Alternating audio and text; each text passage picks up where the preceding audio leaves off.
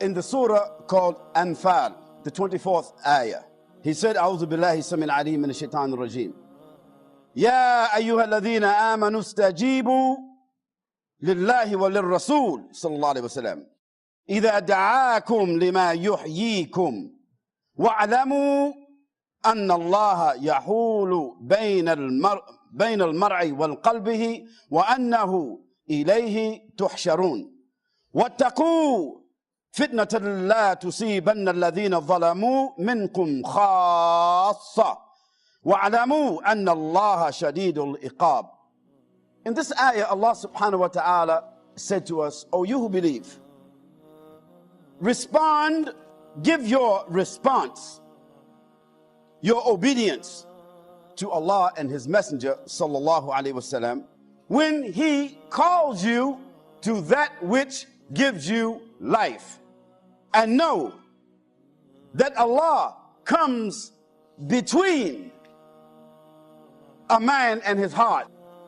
Allah subhanahu wa ta'ala knows the inner recesses of a man's heart, and that knowledge of Allah subhanahu wa ta'ala can fortify that if it is good, and Allah can reject it if it is other than good, because Allah, He knows what is between the consciousness and the heart of a person.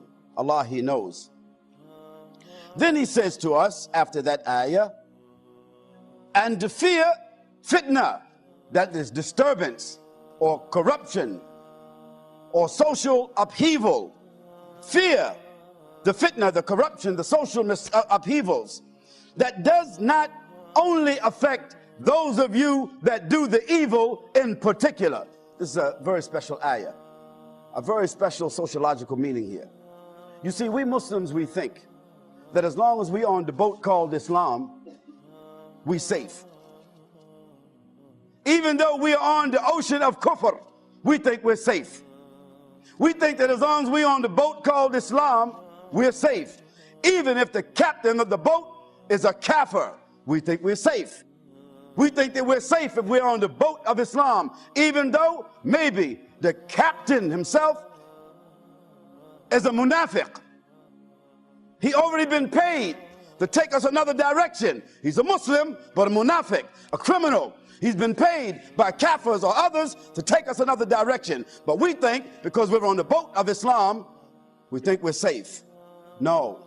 And we also think that as long as we go to the masjid, as long as we're reciting Quran, as long as we're making sajda, as long as we're making tasbih, as long as we're making hajj, as long as we're wearing certain clothes, as long as we're born of a Muslim family, as long as we're eating halal meat and so forth and so on, we think to ourselves, never mind these kafirs. Allah will accept our prayers. We will be judged for ourselves. No, Allah is telling you and me that if you live in a diseased environment, you also will get the disease. If you live in a diseased, unstable, destabilized neighborhood, you, your sons and your daughters, your father and your mother, your sisters and your brothers, they will also be destabilized and dysfunctional. So Allah is telling us, and fear Allah, and fear the fitna that does not merely affect those of you who do the wrong. No, the Prophet ﷺ gave us an example of that. He said, he gave us the analogy of the people who got on a boat, and some was in the upper deck and others was in the bottom deck. We Muslims is like the ones on the upper deck. We don't drink, most of us. We don't gamble, most of us. We don't drug, most of us. We don't commit zina, most of us. We don't do those things, most of us. That puts us in the top of the boat.